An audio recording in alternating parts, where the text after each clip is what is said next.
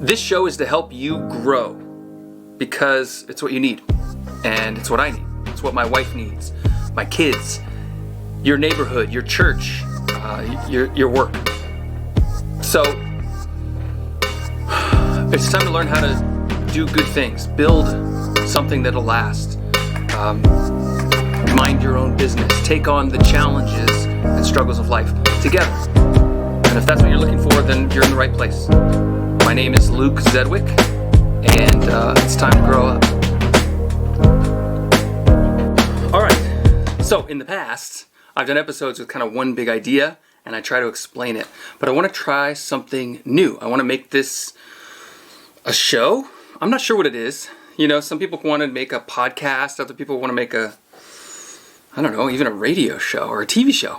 I don't know what all that is, but I feel like there's more to give, and I want to cover a broader range of topics. So, my categories are pro-parenting tips, leadership lessons, cultured swine, which will be fun to get into, marriage ministry, teaching tactics, and motivation moment. Look at all that alliteration. I feel so useful. Okay, so let's get started. Number one, pro-parenting tips. I used to teach middle and high school, and I was an elementary school principal, and I've worked with a ton of kids. And one of the biggest and most difficult things, in raising my own kids too, is trying to avoid conflict. Feels like you're always saying no, like you're constantly correcting. And so this is just a little thing that will take the edge off of that. It's called yes when. And here's how it works. When you need to say no to your kid, but you've been saying no too much, say yes. Say yes when. Even if it's yes when you're an adult, you can buy a motorcycle or an airplane or a whatever. But it can also be yes when we put that into our plan, or yes when your homework is done. Yes, you can. That's a great idea. And then dive into their plans. Let them make plans. More on that next time. In fact, I'm going to take a note. Making plans. There you go. I'm getting organized, you guys. It's kind of fun. All right, number two, leadership lessons. Here's an idea that I keep thinking about more and more. It was the biggest lesson I learned when I went from being a school teacher to a principal. You know, as a principal, suddenly there's a lot. I mean, being a teacher and being a principal are really similar, but instead of leading one class, you're leading a system of people who are leading a class. And so the layers below you make a huge change in how you see everything. And so the thing I wanted to encourage you about, even if you're not a leader right now, even if you're not a position of influence like or responsibility, like being a principal or a mid-level manager of any kind, the thing to remember is that there are no perfect solutions. There are trade-offs. Everything is a trade-off. And the trade-offs are based on, you make the decision based on your values. So I know if I do this, it will cost me that. Is the cost worth it? That's how you express your morality, really, your values, what you think matters most in life. That's what leaders do, is they make those decisions based on trade-offs. Right now, in the midst of the kind of latter days of COVID, maybe, it's easy to criticize people in authority. You know, I find myself doing it often with our governor and what she's been doing that seems to make no sense at all. But I'm telling you, even her level of decisions, absolutely, it's about trading this for that. In the political sense, you know, it gets ugly when they're trading political influence. They're willing to make you pay the cost for their political influence later. And that's why it's easy to criticize those people, because they find themselves in that calculation. But it's also easy to forgive, or at least easier to forgive leaders in that situation. Because, you know, a kid thinks in terms of this is right and this is wrong. But life is rarely that way. Even when it is that way, it's right and it's wrong, but each of those decisions come with a cost. So that's how I want you to think about it, and let the costs that it takes to do what's right influence you in the future. And it'll test you. It'll test whether you really are willing to pay the cost, to count the cost, as Jesus taught, right? To do what's right. All right, let's talk about culture. I've been thinking a lot about this. In fact, I get to give a teaching this Sunday at church about music and culture from a Christian perspective, which will be really fun.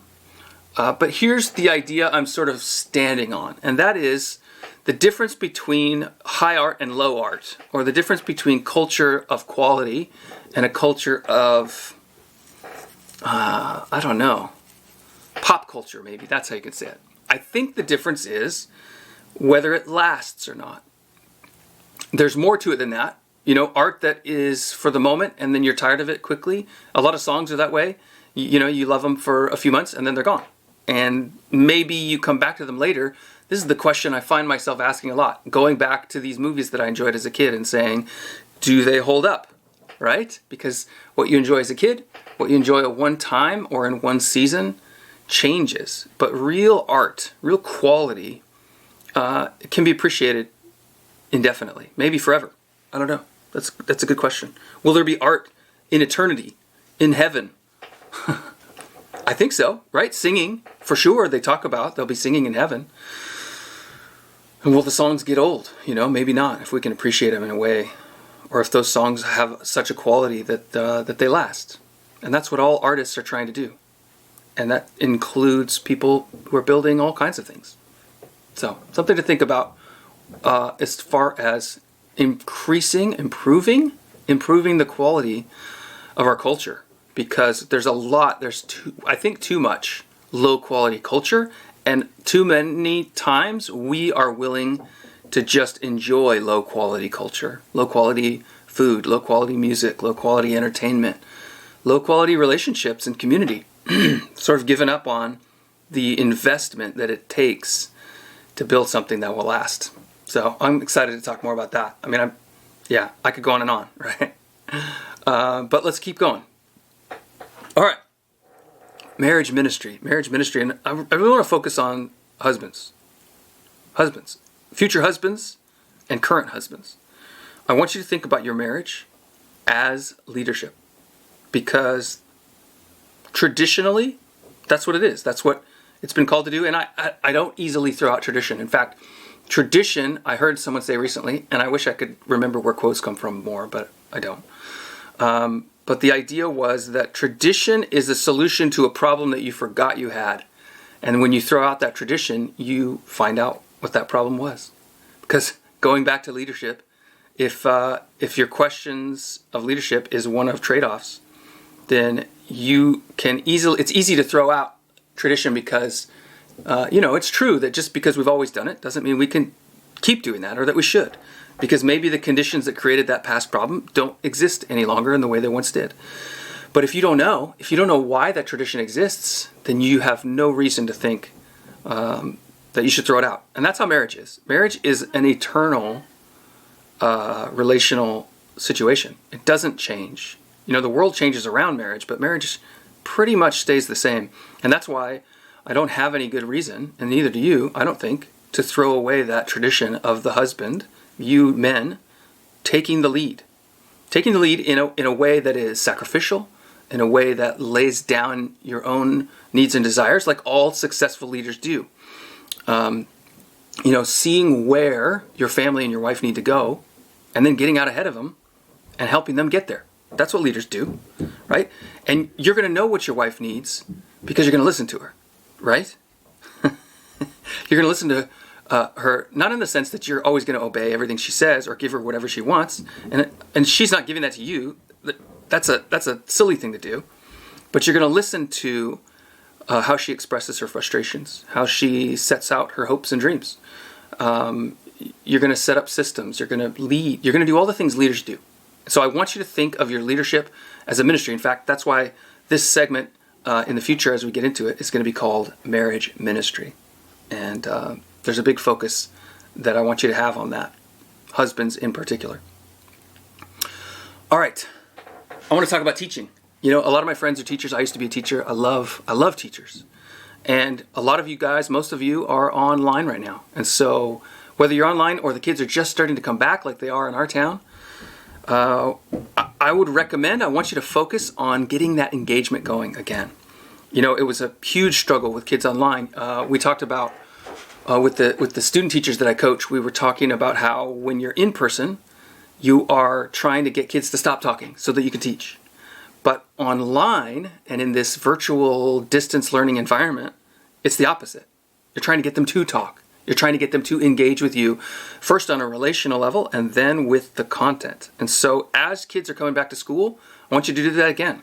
Look at the, whether you're on the Zoom platform or some other thing, what are the ways, small and big, that you can get them to engage with you as a person and with the content in general. And you're going to reap a ton of rewards that way. Focus on them saying, doing, writing, something. That's how you know they're engaged. If they are just a name on the screen, even turning their camera on is a level of engagement that many kids won't do.